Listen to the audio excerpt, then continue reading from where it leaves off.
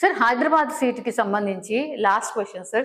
బీజేపీకి సంబంధించిన candidate మాధవిలతని MIM party మీద ఢీ అంటే ఢీ అనుకుంటున్నారు. మీకు అన్ని తెలుసు, ఆ ఎపిసోడ్ అయితే భయంకరంగా నడుస్తోంది. సార్ మీకేమనిపిస్తుంది నిజంగానే?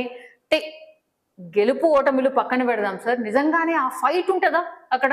ఫైట్ ఉంటుంది కానీ గెలుపని అంత ఈజీ కాదు. ఓల్డ్ సిటీ విషయానికి వస్తే అక్కడ తప్పనిసరిగా ఓవైసీ బ్రదర్సే గెలుస్తారు. అది అనివార్యం అక్కడ. అవునా? తర్వాత మజ్లిస్ బలంగా ఉంది అంటే ఆ బెల్ట్ అంతా అక్కడ ఉన్న వాళ్ళందరూ కూడా బయట ప్రపంచంలో ఉన్న బిహేవియర్కు అక్కడికి తేడా ఉంటుంది. అక్కడ మతపరమైన ఫీలింగ్తో పాటు అసలు బయట ప్రపంచం కానీ ఓట్ బ్యాంక్ ఇవన్నీ వాళ్ళకి ఏమి అర్థం కావు. ఒక మజ్లిస్ అనుకుంటారు. విశేషం ఏంటంటే హిందూస్ కూడా వేస్తారు వాళ్ళకి కొంతమంది ఓట్లు. కానీ మాధవిలత వచ్చి హల్చల్ చేసింది, హడావుడి చేసింది. ఆ మాధవిలత వల్ల భయం అంటే ఏంటో ఓవైసీ బ్రదర్స్ తెలిసింది. అయితే ఏ రోజైనా అసదుద్దీన్ ఓవైసీ ఏ రోజు కూడా గుడికి వెళ్ళాడు. మన గుడికి వెళ్ళాడు, హిందువులకి వెళ్ళి ఆ హిందూ తెలుగులో పాట తెప్పించుకున్నాడు. ఇవన్నీ జరిగాయంటే అర్థం ఏంటంటే భయం అంటే ఏందో తెలిసింది, హిందువులు కూడా కలుపుకుందాం అనే భావన అనేది తప్పనిసరి ఏర్పడింది ఆయనకు.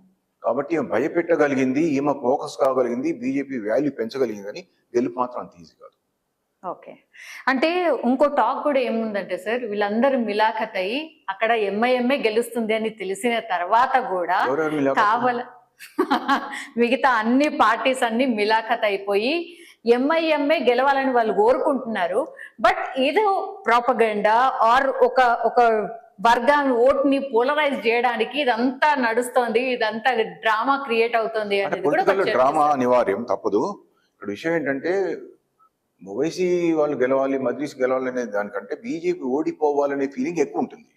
ఏ పార్టీ తీసుకున్నా సరే ఒక బీజేపీకి సపోర్ట్ చేసే పార్టీలు ఆంధ్ర రాజకీయాల్లో అక్కడ స్థానిక పరిస్థితులను బట్టి తెలుగుదేశం, పవన్ కళ్యాణ్ అక్కడ పరిస్థితిని బట్టి ఉంది తప్ప ఇక్కడ ఓల్డ్ సిటీ కానీ తెలంగాణ కానీ తీసుకున్నట్టయితే డెఫినెట్గా బీజేపీ ఓడిపోవాలని చెప్పేసి కాంగ్రెస్ కావచ్చు, కమ్యూనిస్టులు కావచ్చు, ఇతర చిన్న చిన్న పార్టీలు కావచ్చు వాళ్ళు కోరుకుంటారు.